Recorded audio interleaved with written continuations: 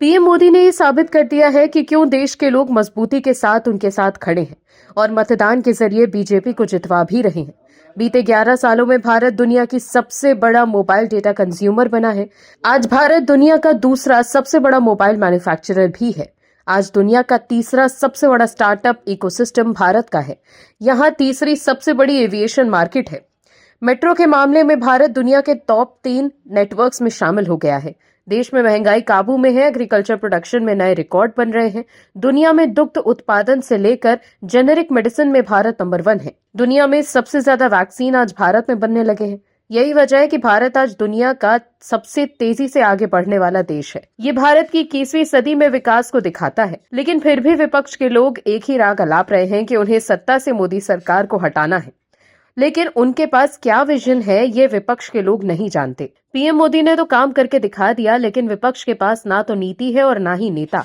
वहीं ट्रंप के टैरिफ धमकी को लेकर राहुल गांधी और कांग्रेस के नेता मोदी सरकार पर निशाना साधते हैं, लेकिन टैरिफ की धमकी से भारत का कुछ नहीं बिगड़ने पाएगा, क्योंकि आरबीआई मॉनेटरी पॉलिसी कमेटी के पूर्व सदस्य और अर्थशास्त्री आशिमा गोयल ने साफ किया है कि भारत की ग्रोथ अमेरिका पर टिकी हुई नहीं है।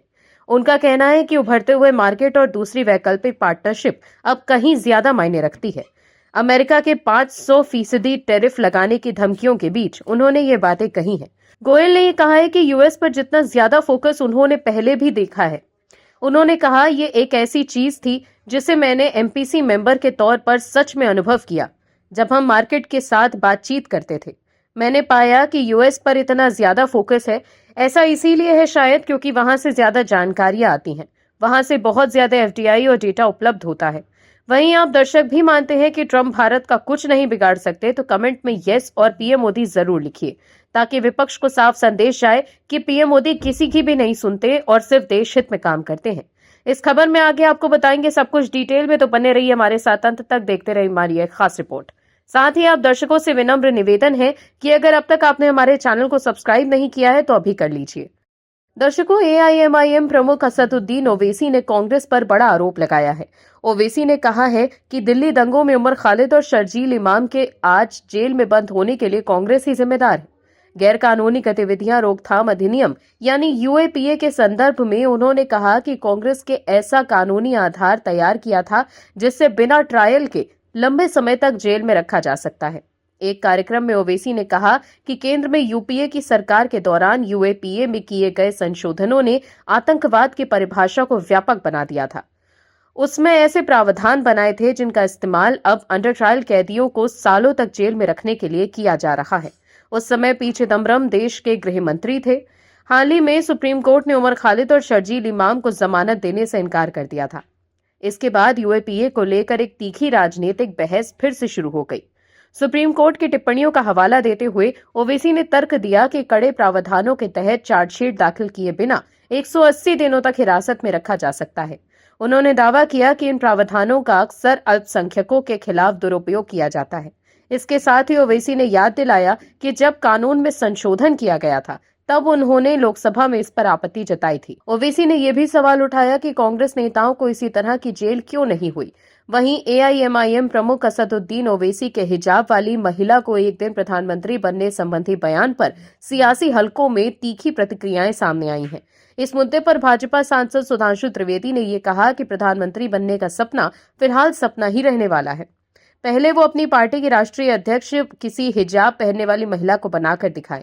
भाजपा सांसद सुधांशु त्रिवेदी ने ओवैसी पर करारा हमला बोलते हुए कहा कि दुनिया के कई मुस्लिम देशों में महिलाएं प्रधानमंत्री या राष्ट्रपति रह चुकी हैं, लेकिन उनमें से कितनी महिलाओं को बुर्का पहने देखा गया, ये एक बड़ा सवाल है। उन्होंने उदाहरण देते हुए कहा कि बांग्लादेश में बेगम खालिदा जिया और साथ ही शेख हसीना दोनों प्रधानमंत्री रह चुकी हैं, लेकिन वो आमतौर पर बुर्के में नजर नहीं आईं।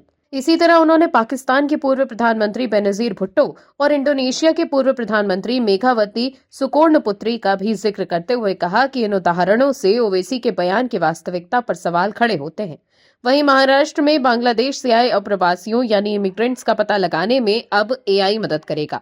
महाराष्ट्र के मुख्यमंत्री देवेंद्र फडणवीस ने बताया कि राज्य में अवैध बांग्लादेशी और रोहिंग्या प्रवासियों की पहचान करने के लिए एक आर्टिफिशियल इंटेलिजेंस टूल यानी एआई का इस्तेमाल किया जा रहा है।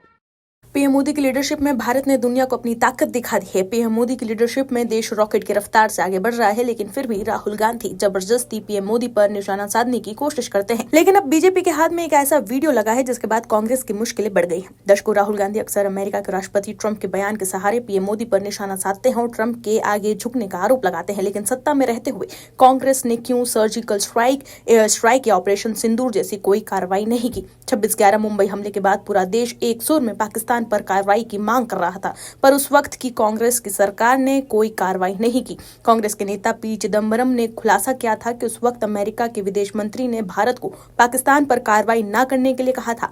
मतलब अमेरिका के दबाव में आकर उस वक्त कांग्रेस ने सरेंडर कर दिया था। लेकिन राहुल गांधी पीएम मोदी पर सरेंडर करने के आरोप लगाते रहते हैं।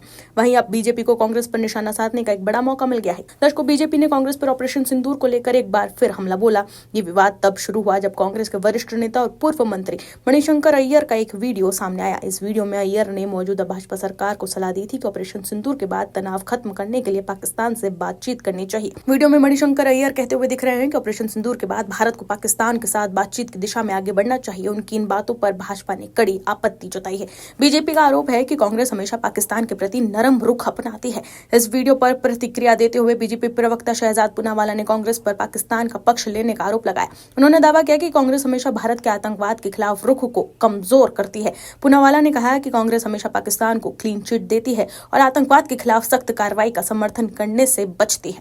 उन्होंने कांग्रेस को इस्लामाबाद नेशनल कांग्रेस कहकर उसका मजाक उड़ाया और राष्ट्रीय सुरक्षा के प्रति उसकी प्रतिबद्धता पर सवाल उठा दिए। शहजाद पूनावाला ने अपने एक्स पर पोस्ट करते हुए लिखा कि मणिशंकर अय्यर ऑपरेशन सिंदूर को खत्म करने और पाकिस्तान के साथ बिना किसी रुकावट से बातचीत शुरू करने की वकालत कर रहे हैं। उन्होंने दावा किया कि ये कांग्रेस पार्टी का पाकिस्तान के प्रति लंबे समय से चला आ रहा रवैया दिखाता है। अपने एक्स पर पोस्ट करते हुए शहजाद पूनावाला ने लिखा कि गांधी वाड्रा परिवार के पहले परिवार के सेवक मणिशंकर अय्यर कहते हैं कि भारत को ऑपरेशन सिंदूर खत्म कर देना चाहिए, पाकिस्तान के साथ बिना रुकावट बातचीत शुरू करनी चाहिए।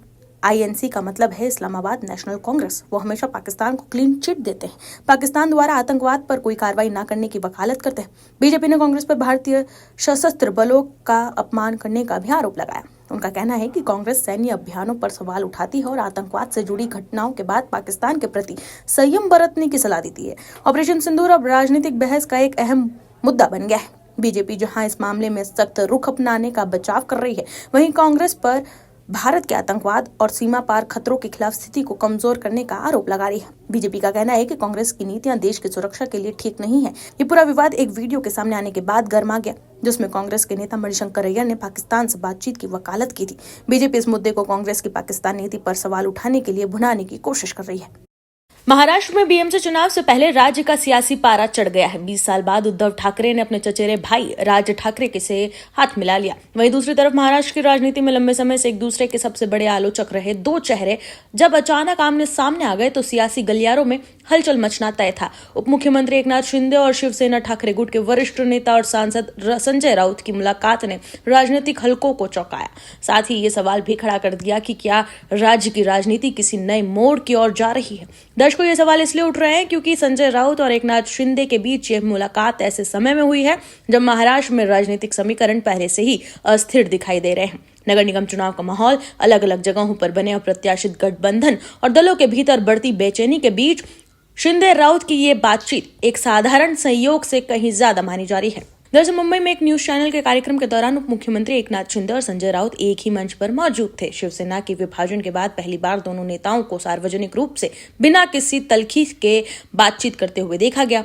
कैमरों के सामने हुई ये मुलाकात देखते ही देखते चर्चा का केंद्र बन गई। हालांकि इसकी उम्मीद कम ही है कि शिंदे और उद्धव ठाकरे एक हो जाए, क्योंकि अब जो खुलासा हुआ है उससे लोग चौंक गए हैं। दर्शकों, महाराष्ट्र की राजनीति में एक बार फिर बड़ा हड़कंप मच गया है। पूर्व पुलिस महानिदेशक रशिम शुक्ला की एक गोपनीय रिपोर्ट में गंभीर आरोप लगाए गए हैं। रिपोर्ट्स के अनुसार साल 2021 में सरकार के इशारे पर तत्कालीन डीजीपी संजय पांडे ने तत्कालीन नेता प्रतिपक्ष देवेंद्र फडणवीस और मौजूदा उप मुख्यमंत्री एकनाथ शिंदे को यूएलसी घोटाले में झूठे आरोपों के तहत फंसाने की कोशिश की थी। ये रिपोर्ट गृह विभाग के अतिरिक्त मुख्य सचिव को सौंपी गई है।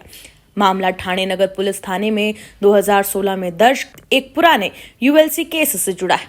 ये बिल्डर संजय पूनामिया और श्याम सुंदर अग्रवाल के साझेदारी विवाद का था, जिसमें 2017 में चार्जशीट भी दाखिल हो चुकी थी। इसके बावजूद संजय पांडे ने मामले की दोबारा जांच के आदेश दिए, जिससे एसआईटी ने राजनीतिक उद्देश्य से प्रेरित माना। रिपोर्ट में दावा किया गया कि संजय पांडे ने ठाणे के डीसीपी लक्ष्मीकांत पाटिल और एसपी सरदार पाटिल को निर्देश दिए गए थे कि फडणवीस और शिंदे को आरोपित बनाया जाए। उन्हें यह दिखाना था कि दोनों नेताओं ने बिल्डरों से अवैध वसूली की है। अधिकारियों पर गिरफ्तारी का भी दबाव डाला गया। उस समय महाराष्ट्र में उद्धव ठाकरे के नेतृत्व वाली महाविकास अघाड़ी सरकार में थी, जिसमें शरद पवार की एनसीपी और कांग्रेस शामिल थी। आरोपित संजय पुनामिया ने जांच एजेंसियों को एक ऑडियो क्लिप सौंपी, जिसमें कथित तौर पर संजय पांडे, लक्ष्मीकांत पाटिल और सरदार पाटिल की फडणवीस को फंसाने वाली बातचीत सामने आई। कल इन फॉरेंसिक लैब की जांच में इसकी प्रामाणिकता की पुष्टि हुई है। कोपरी पुलिस स्टेशन के SIR नंबर 1762021 केस में डीसीपी पाटिल ने अधिकार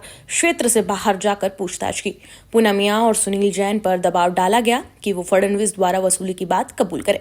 वहीं एसआईटी को मई 2021 में एसीपी सरदार पाटिल की सरकारी गाड़ी की लॉगबुक के पन्ने गायब मिले हैं, जिसे सबूत मिटाने की कोशिश माना गया। बातचीत में फडणवीस शिंदे की गिरफ्तारी न होने पर सवाल भी उठे। रिपोर्ट के निष्कर्ष में कहा गया कि यह पूरा घटनाक्रम पुलिस तंत्र के राजनीतिक दुरुपयोग और प्रतिशोध की ओर इशारा करता है। यूएलसी घोटाला शहरी भूमि सीलिंग कानून 1976 से जुड़ा है, जिसमें फर्जी दस्तावेजों से करोड़ों की जमीन बचाई गई, जिसे बॉम्बे हाईकोर्ट ने बड़ा घोटाला करार दिया। तो देखा आपने कैसे इस रिपोर्ट के सामने आने से लोग हैरान हैं और उद्धव ठाकरे को लेकर सवाल उठ रहे हैं। इस खुफिया रिपोर्ट के सामने आने से राज्य का सियासी पारा चढ़ गया है। हालांकि उद्धव ठाकरे, फडणवीस और शिंदे को फंसा पाते उससे पहले ही उनकी सरकार चली गई।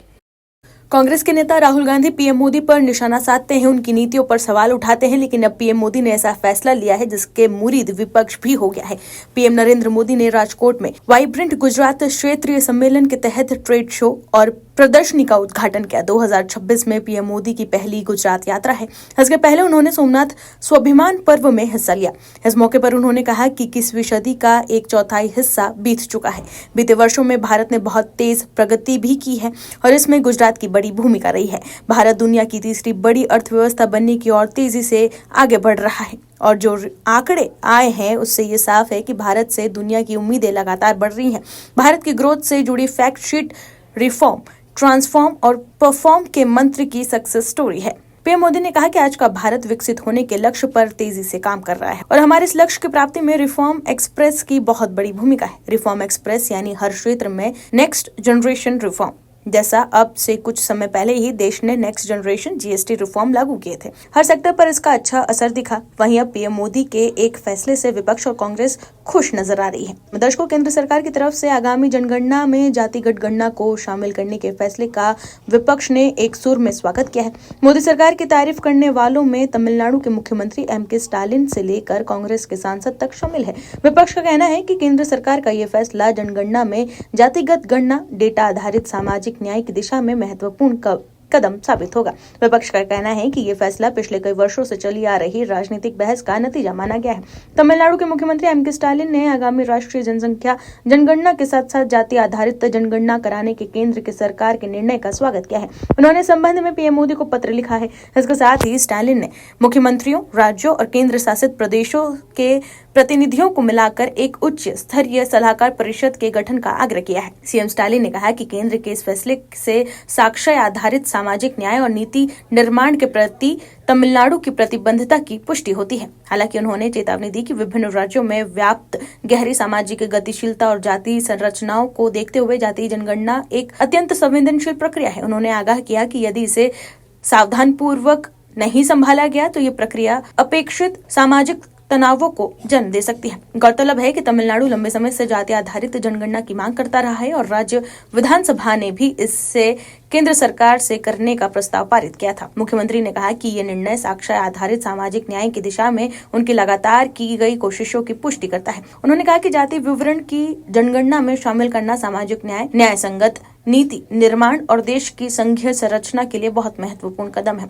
वहीं कांग्रेस सांसद मणिकम टैगोर ने इस फैसले का स्वागत किया। उन्होंने सोशल मीडिया प्लेटफॉर्म एक्स पर स्टालिन के पोस्ट को शेयर करते हुए लिखा कि जनगणना में जातिगत गणना को शामिल करने का फैसले का स्वागत है। ये डेटा आधारित सामाजिक न्याय की दिशा में एक महत्वपूर्ण कदम है, जिसकी मांग विपक्ष के नेता राहुल गांधी लंबे समय से कर रहे थे। उन्होंने भी कहा कि राज्य की नीतियों पर इससे दूरगामी प्रभावों को देखते हुए केंद्र सरकार को गलतियों और कमियों से बचने के लिए फ्रेमवर्क को अंतिम रूप देने से पहले सभी राज्यों और केंद्र शासित प्रदेशों से सलाह लेनी चाहिए। दर्शकों, जातिगत जनगणना के नाम पर राहुल गांधी और विपक्ष के लोग पीएम मोदी को घेरने की कोशिश करते थे, लेकिन पीएम मोदी ने जाति जनगणना का फैसला लेकर राहुल गांधी और विपक्ष से ये मुद्दा छीन लिया है। Bureau report, OMH news. आप दर्शकों से विनम्र निवेदन है कि चैनल को सब्सक्राइब जरूर करें